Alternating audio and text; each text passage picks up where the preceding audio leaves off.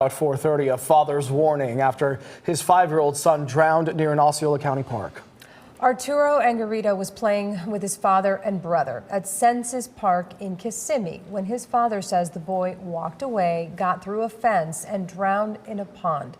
West 2's Greg Fox spoke to that heartbroken father today. And Greg, he believes the county was at least partially responsible for what happened here.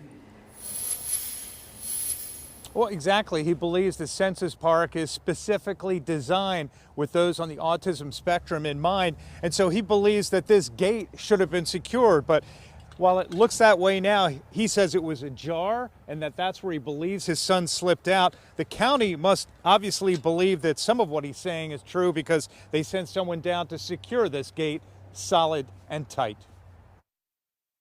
I come here because it's safe. It's supposed to be safe. Leonardo Angarita was in tears as he remembered his son Arturo, who drowned November 13th. No amount of money is going to bring my son back. Nothing's going to bring my son back. Not changing the name of the park to his name is going to bring my son back.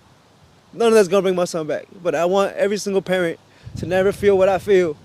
And I want every single person that has a kid, especially an autistic child, and I don't want anybody to ever feel what I feel. Angarita says he was at Senses Park, one that's specially designed and operated by Osceola County government for children on the autism spectrum.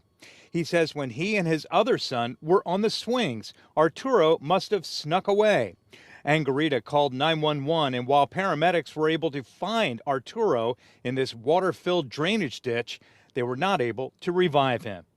This is a photo of what the side gate looked like at the park last week. Tuesday, the grieving father used rope to close the gap in the fence to ensure no child could slip through. Since we were here last, you can see that the gate right here has been chained up tightly with a couple of padlocks from the county.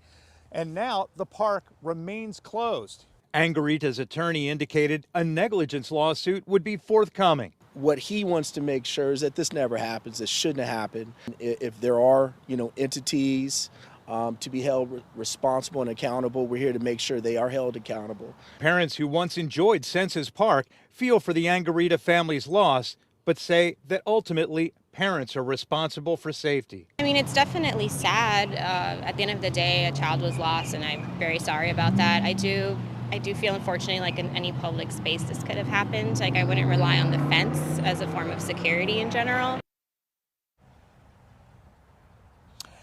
And again, we're back live outside of Senses Park right now. We reached out to Osceola County. They did provide us a statement a couple of days ago expressing their condolences to the family, but today they did not provide any updated statement. And as you saw a moment ago, we indicated that the park was closed much of the day, but it is open now and apparently will remain so at least until dark.